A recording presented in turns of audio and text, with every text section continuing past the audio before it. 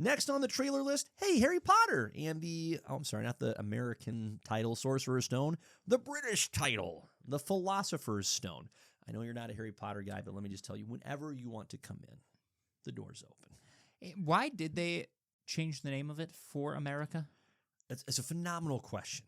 I can only explain that it has something to do with marketing, where they said, listen, if we call it the Philosopher's Stone, no one in the U.S. is going to know what it means. But if you call it Sorcerer's Stone, it's more relatable, I guess. Isn't the Philosopher's Stone more well known in like the... You know what I mean? Because doesn't the Philosopher's Stone go back to like Merlin and stuff? It's a great question. Okay. So who knows? I was just curious. It's one of those. It's truly one of those potato. Would it have actually made a difference in the book? Of course not. Like, it was destined to be a banger no matter what. It's already going to be better. Yeah. So here's the thing. Because I haven't taken the time to dig in until recently, I didn't realize that Harry Potter and the Sorcerer's Stone, that movie, came out all the way back in 2001. It's been 25 years.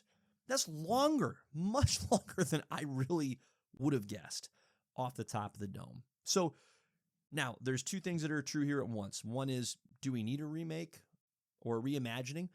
No, we don't. And I'm really glad that we're getting it, because I've told you, and I still believe this format where it's each book as a mini series of somewhere between 8 to, I can't imagine they would do 12, let's just say 10, 8 to 10 episodes. That is the best possible format to tell these stories. And we've already talked about Black Snape and how that's a choice. I'm with you now. Yep. Okay. Yep. But I'll tell you what, I'm over it. Doesn't bother me.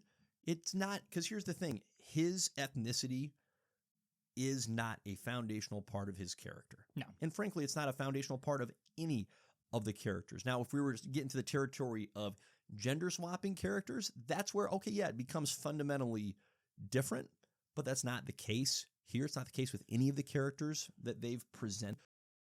I think stylistically, it just looks freaking phenomenal. So I'm excited for it. And here's another thing that kind of pushed me over the edge. Hans freaking Zimmer is composing the score for this. Hans is my guy. Hans is a dog. Hans can do no wrong in my eyes. I mean, his filmography ranges from the Dark Knight trilogy. He did so much with Christopher Nolan. Interstellar, the F1 movie from this past summer, Pirates of the Caribbean, freaking Lion King.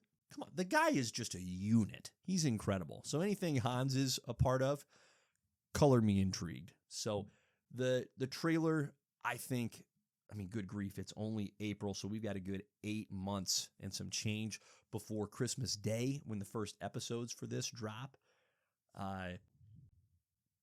It got me stoked. And now I'm going, crap, I have to wait till December 25th. But it looks great. It looks great. So we don't have to talk a lot about it, but I just had to express a little enthusiasm and excitement, because there it is. As a big Harry Potter fan for you, I'm excited for you. Thank you. Because it'll be Thank you. You'll get to watch it with your kids this Exactly. Time. Right? It's like 25 years. That's an appropriate time to kind of give another generation a chance to get a access point to this story. And here's the thing. I'm not going to dunk on the movies. They're not my favorite, but I do think they were well made. I think people really enjoyed them. I just think it's incredibly difficult to impossible to condense a really just deep book into a 2-hour movie. That's a tall task. So while the movies are there and always will be there and always will be cherished by a lot of people for very good reason, I'm very excited for this reimagining in this format. So can't come soon enough.